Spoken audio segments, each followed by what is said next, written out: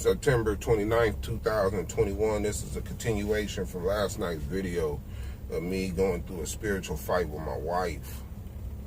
You know, I know in part of the video I said the enemy was just talking a lot of BS. So, you know, one of the BS that, you know, I had to confront the enemy on, and like I said, the enemy's telling me, oh, you need to be ignoring me. You need to be ignoring me. You the righteous man, right? So it's kind of like he's talking to me and he's saying some truth. So it gets to the point where I'm like, okay, I'm just gonna go. I know I'm supposed to ignore you.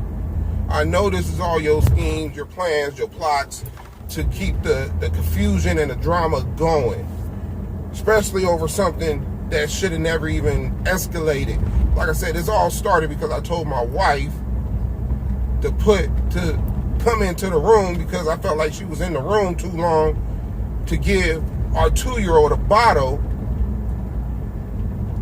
and didn't really need to at the time because she just got out the shower and she's walking around with a small little towel on, going into a room where my 16-year-old son is. Like, if you're going to go ahead and drop the bottle off and come back, but you in the room for like 25 seconds, half a minute, doing what?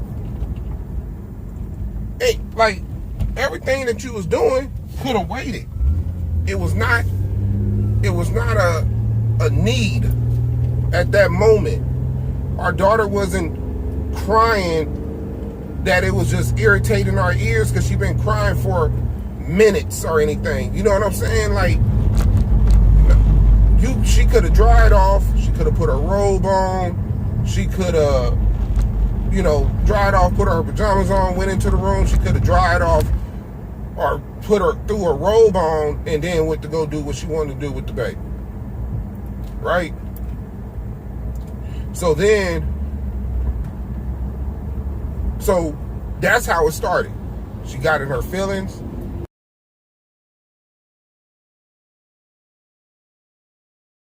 Got mad. Next thing you know, I'm all types of names. But then she's coming with the disrespectfulness. You know, because I'm pointing. I'm like this. And she's like, oh, you pointing like a woman now.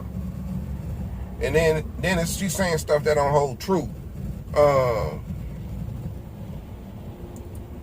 You know, she's bringing up my past about when I was younger, and I told her, sharing stuff with her, because she's my wife, that, yeah, when I was younger, I thought about committing suicide because the enemy had my mind wrapped. You know what I'm saying? Now, since we've been together, since we've been married, I never stated that I wanted to die, I'm going to commit suicide, or even attempted to commit suicide. This is all before her, but the enemy knows my past because he's been watching me. He knows your past. He knows all your weaknesses. He's going to exploit everything that he needs to do to make it seem like you're the problem. All this stuff, you bringing up my past, calling me the righteous man, it had nothing to do with last night. Like, it should have just been like, hey, can you get out the room? Because you're in there with our son and you still got your towel on. Oh, okay, I'm sorry. Came back in the room and let it be. I didn't have to give her a lecture or anything. I didn't try to give her a lecture or anything. But she complained, like, why did I call her into the room when she was helping the baby? And I'm like, because you got a towel on. If we had some daughters that was 16, I'm not walking in there with some loose boxers, coming out the shower with no shirt on. Who does that? You see what I'm saying? So it was just a lot of BS going on, but the enemy, the way he maneuvers and the way he talks, like, she didn't have to scream, yell, or anything. The enemy want to take me out my character. He wants to get me upset. He wants to get me mad. But when he sees that you're not reacting to him, then that's when plan B comes into effect. And that's why she hit me in my face, because I wasn't reacting to her. Once I figured out, like, you know what, Rashad, she's trying to take you out your character. Ignore everything she say. Even everything that you know did not transpire, did not take place, you didn't say anything disrespectful to her, just ignore her. Just ignore her. That's when she hit me in my face. And remember, I'm holding a baby. I'm holding a baby in my arm, and she gonna sock me in the face. So now, when I fall on the floor, you know, part of me being stunned, you know, and like really stunned and questioning, why did you just hit me with the baby in my face? And now when I grab her by her arms like this, you know, like, you need to calm down. You need to calm down.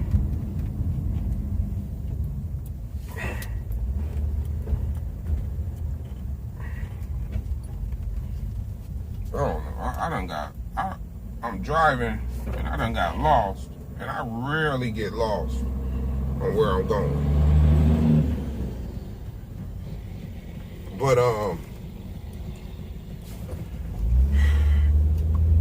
you know, then she gets to wrestling and fighting, and now I'm trying to hold her, hug her, and then it's always the next day after something's wrong with her. Her body's aching. You would think that I went in there and beat her up, which never happened. But then I'll be at fault. You know, like, I didn't put my hands on you to hit you or anything like that. I didn't choke you, didn't hit you, didn't smack you, didn't do anything. But your body's aching, but I'm the one that got hit in the face and fell to the floor on my knee. But I'm not complaining.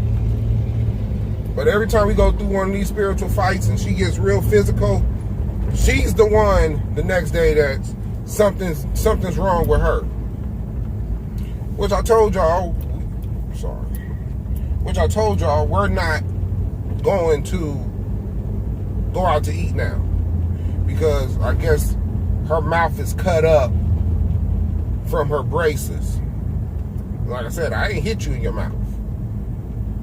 I didn't hit you in your mouth. You tussled with me, trying to fight me, when I grabbed you to tell you pretty much to stop. And why did you hit me? But hey, it is what it is, people. You know, what's funny, how the enemy comes with these small little games and these and lies. Like I said, when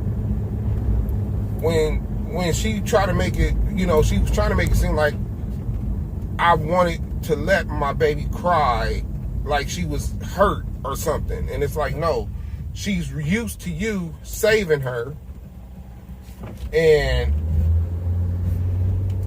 you don't go in there to help her. We need to have her start sleeping through the night. She's 2 years old. She'll be 2 years old in November. This picking her up in the middle of the night, taking her into the living room, putting her in the crib, in the playpen, and turning on TV and letting her watch a movie, and you sleep on the couch. That's not the answer. That's not the answer no more. When we got another little baby that needs to have some type of attention too.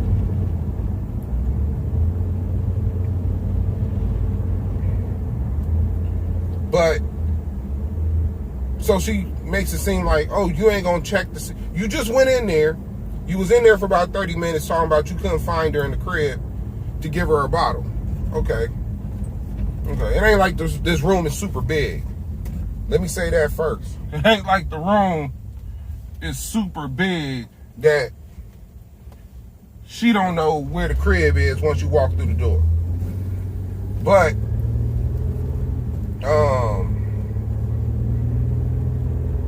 you know, she didn't check no diaper or anything. So she's trying to make me feel guilty for not checking the diaper. And she's like, you ain't gonna console her? I said, what? What? You want me to take her out the bed and hold her? No. You know, I laid her down, told her it's okay, daddy's here, and that was it. Gave her her bottle and came out. But if you want me to go check this diaper, I'll go ahead and check this diaper. So I go in there, check the diaper. She's wet. I bring her back into the room to change the diaper on the bed. At this time, my son's still in the room. So, you know, I turn on the light, change her diaper, no snot in her nose, face is fine, right? Her face is fine. So now,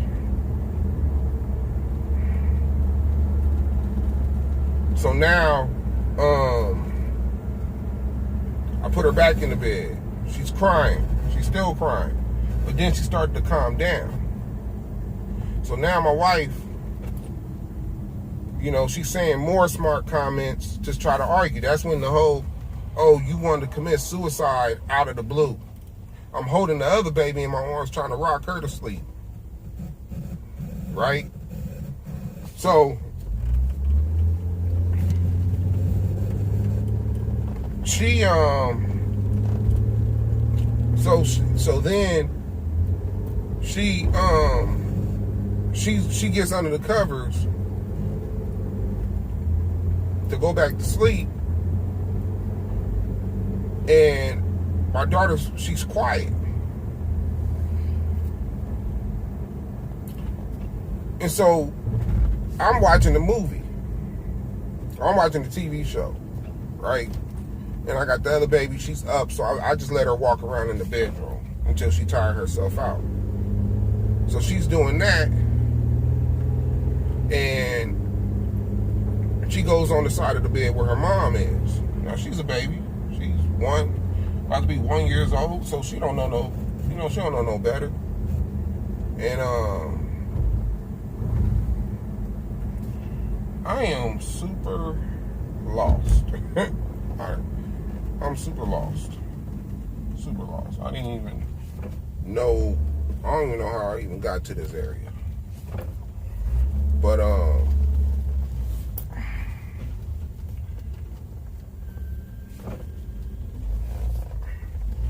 anyway, she comes on the side of the bed of her mother, starts to play with her. My wife asks me, I'm on my side of the bed, can you get your daughter, right? She don't say, can you get your daughter? She said, can you get her? I said, just scoot over closer to me in the middle, right? It's that simple. You won't feel her touching you. It ain't like we sleeping on a full mattress, you know? So she scoots over, but then she says here she go with her mouth.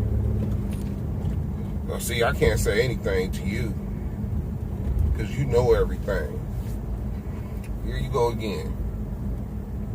So I reacted and said, no, I don't know everything.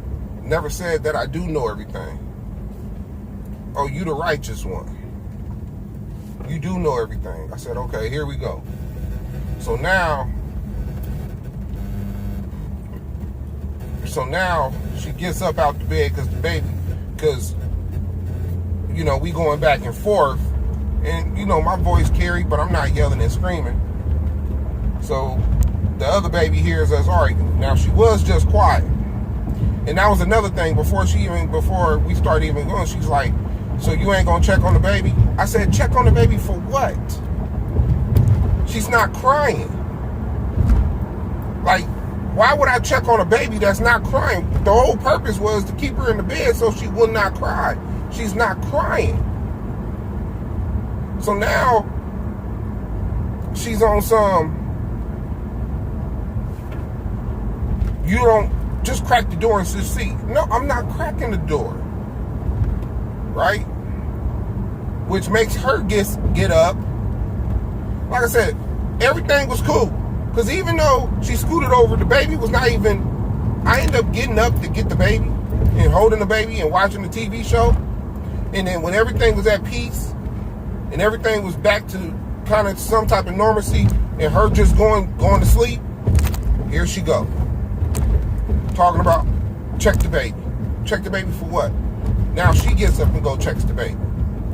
She gets up, go checks the baby. I done changed the baby and everything. She gets up and go check the baby because now the baby is starting to whine. Ain't crying, just whining. She was quiet until she started going, and then we going back and forth, right? So then she gets the baby, comes in the room. I'm sitting on the edge of the bed. She tells me to sit up so she could pull the covers. So the 2-year-old is in there with us also now, and next thing you know, this is when she gets to talking, oh, I'm the enemy. I said, are you on, like, to change, you got to start doing things differently. She says, I'm not going to never change. I'm going to be the enemy for the whole marriage. I said, okay, here we go. And this is when she starts telling me, you the righteous man, ignore me. Ignore me. And that's when I started to ignore her. Once I started to ignore her, when she brings the baby in the bed, in the room, that's when she hits me with the whole, oh, your daddy just gonna let your nose run. Like I said, when I brought her in the room the first time, her nose wasn't running. I haven't been back in there since. Yes, she done had a cold for the last couple days. So now her nose is running. But it's my fault, right? That her nose is running. So then oh, what street I'm on? So now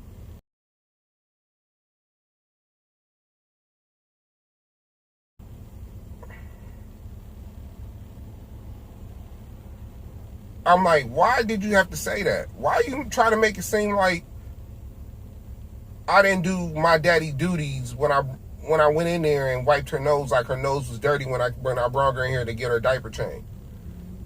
Like, you was in here in the room with me. You seen that her nose was not running. But now, since her nose running and she been in the room for about 35 minutes, it's my fault. So then that's when, she started calling me the righteous man, and I'm gonna be the enemy, because I am the enemy, and I'm gonna be the enemy your whole life, and you need to not listen to me because you're the righteous man, and blah blah blah, right? So I'm saying to myself, she's taking me out of my character. The enemy's winning. She's taking me out of my character because I cursed at her. I cursed at her multiple different times. Didn't call her out her name, but I cursed at her, which I don't even curse because I know who I'm fighting against. Because I know those curses is going to come back to me, and she's going to make it seem like I disrespected her later on in a future fight or whatever. Same way I know if I put my hands on her, she's going to come back at me like I done abused her, and it's going to try to give her grounds to not want to be in this marriage because she's going to try to make it seem like I'm abusive. Even though I don't abuse her. As many times as this woman, I done had these spiritual fights with this woman, and she'll say something like, you're going to hit me. Watch. I'll make you hit me. You're going to hit me one day. And it's like, oh, this enemy continues to go. But I constantly tell her, why would I hit you?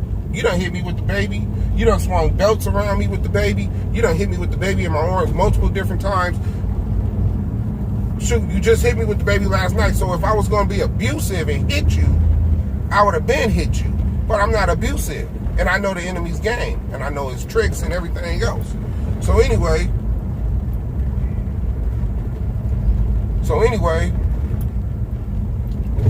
I'm sitting on the edge of the bed holding the baby, watching the TV show, ignoring her, and then boom, a hard hit to my face. My face still hurt. Which I fall to the ground because first of all, I didn't see it coming. Second of all, I wasn't really arguing with her no more. I'm ignoring her. And once I fall to the ground, me and the baby fall to the ground, next thing you know, I get up, grab her arms, and tell her to stop. You're letting the enemy control you. You're in bondage once again. You're doing what the enemy wants you to do. But this is part of the strategy because I was not buying into, I wasn't buying into the drama. I wasn't buying into the drama. And I was ignoring the enemy, and that's what the enemy wants. He don't want me to ignore him. He wants me to give him all my energy. It's like they feed off your energy. They feed off your negative energy. That's what it feels like. It's like once they get control and you make him your master, then they wants to do anything they can. It's like I'm in a body again. I'm in your body again. So now I can control your body and I can do whatever I want to do because, you know, I've been going around as a spirit without no host. That's what it seems like. So once they get into your body, they know they can do whatever they want to do. Like it's like they're stronger. Because if they're going around as spirits and they don't have a host, what can they do to you? But if they're in a host and they're able to now cause confusion and havoc and do things that it makes them stronger. You see what I'm saying? They could say things that's gonna hurt you. They could physically put their hands on you. It's weird. It's weird. It's very weird. But God talks about this with Cain and Abel. And how you become in their bondage.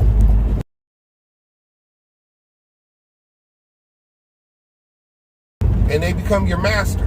And now they can control you and do whatever they want. Because when you're a slave to the enemy,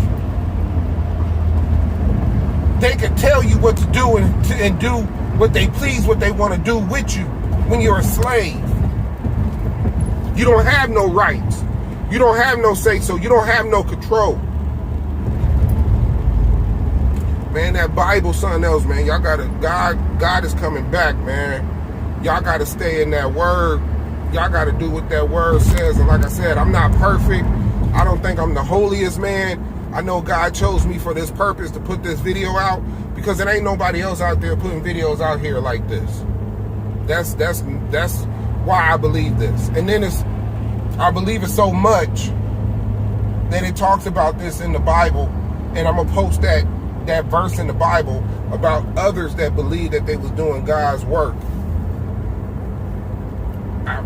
When I came across that Bible verse, it really hit me.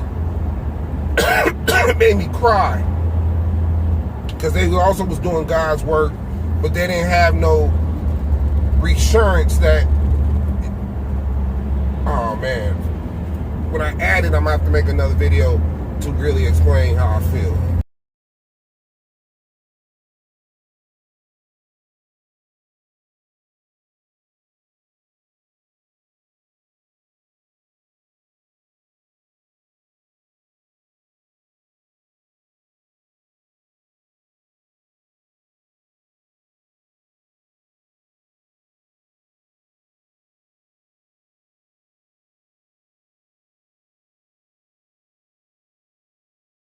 About that Bible verse. But until then, I'm out. Continuation, September 29th, 2021. You know, the thing about when this spirit comes in and controls my wife, like I said, we could go maybe 3-4 weeks. But if we haven't had a real spiritual fight, that's when he comes, because he sees everything. Because I'm trying to lead by example, loving my wife. Like last week, Took her to a spa, got the massage thing, the feet rub, all that, right? My gift to her. You know, we did it as a couple, went on a date, took her down to LA Market, downtown Market Square, and ate lunch there. And then, like I said, this week, today, because it's both of our off day, we don't have the children, you know, we were supposed to go out to Newport, and she was going to treat me to lunch. But now, her body hurts, aches and pains, because she over here trying to fight me. Her mouth hurt, so she's saying that she can't really eat because her braces was rubbing up against her, I guess, the inside of her mouth. You know, they had nothing to do with me smacking or hitting or beating up on my wife or anything like that. But this is what normally happens. So now it's like an awkwardness. She ain't really herself now. You know, she ain't really the talkative. You know, we gonna be at the house together, but she ain't gonna really want to talk.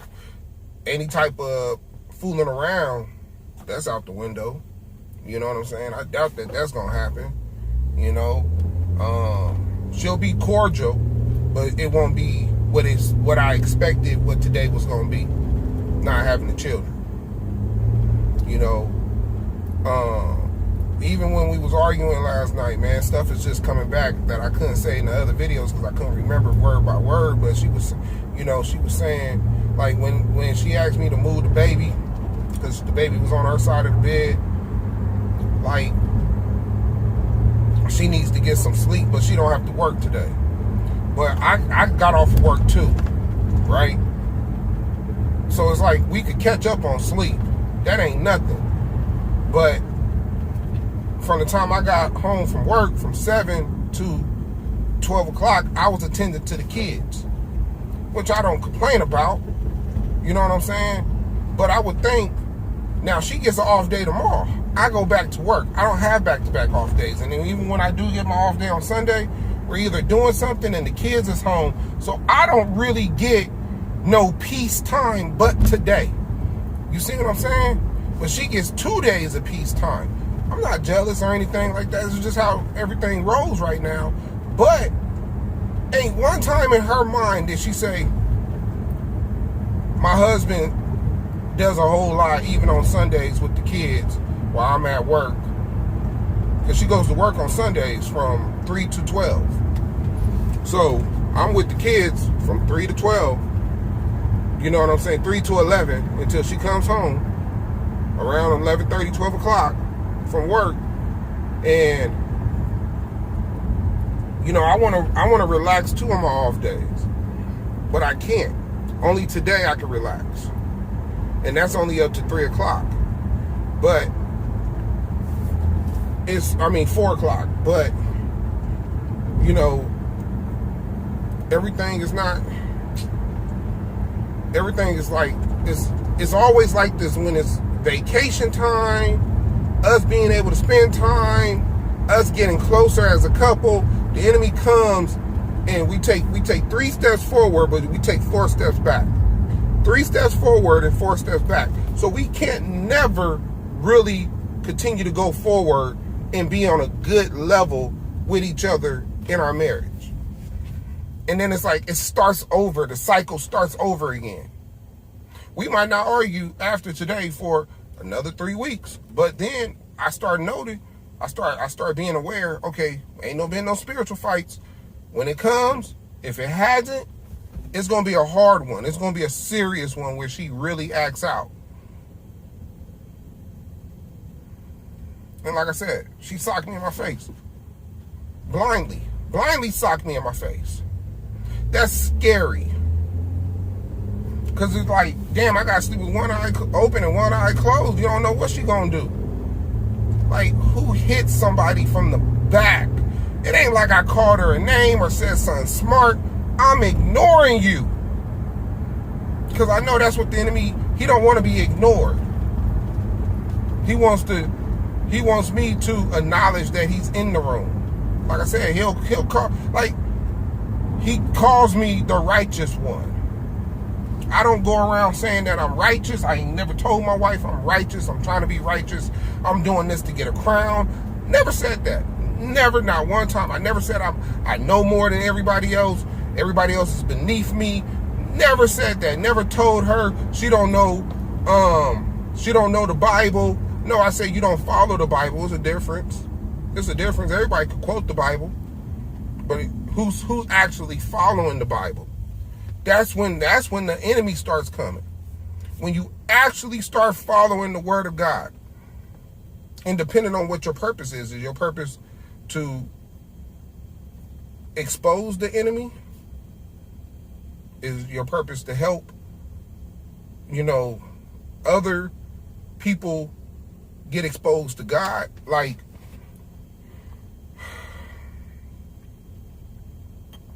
the enemy knows who you are. He knows who you can be. Everybody got a spiritual gift. Everybody don't tap into their spiritual gift.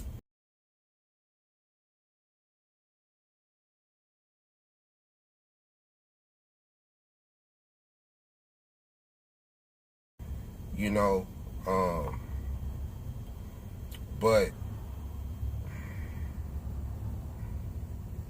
the enemy, this is what he does, man. He wants to steal, kill, and destroy. Cause confusion and havoc with families and households.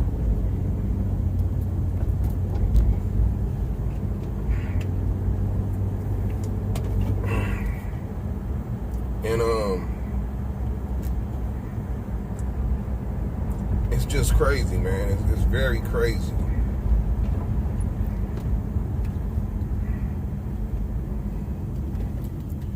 And I'm just tired. I'm tired, but the enemy knows I'm not going to give up. The enemy knows I'm going to continue to love my wife. Like I said, he's going to do whatever it takes to make me bow down and say, you know what? I can't do this no more. You win. Nah. I'll fight to the end.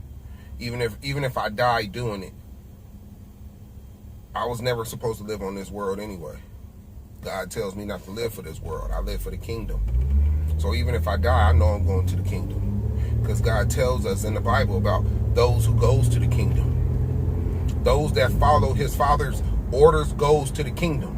I already done been cleansed of my sins. I already done, I'm not saying that I don't sin and I don't repent. But God done cleansed me for everything that I done did in my past. When I was nasty with full of sin in me. He done forgave me. Do I think I did anything wrong last night to my wife? Nope. Do I think I gotta repent? Nope. Because I don't think I did anything wrong. I didn't do anything. I did not abuse her. Did I curse? Yes. Can I apologize to her for cursing at her? Yes, I can. I done did that before. Can I repent to God for cursing at my wife and letting the enemy get control of me? That I was able to curse? Yeah, I can repent for that. But I know I ain't did anything that God is looking down at me like, Rashad, you should never hit your wife. You should have never disrespected her the way you disrespected her and calling her out her name and everything else. Like I said, I cursed, but I didn't curse. I didn't call her a name. But I cursed. It's a difference. Y'all gotta know. Some of y'all know the difference. Some of y'all don't.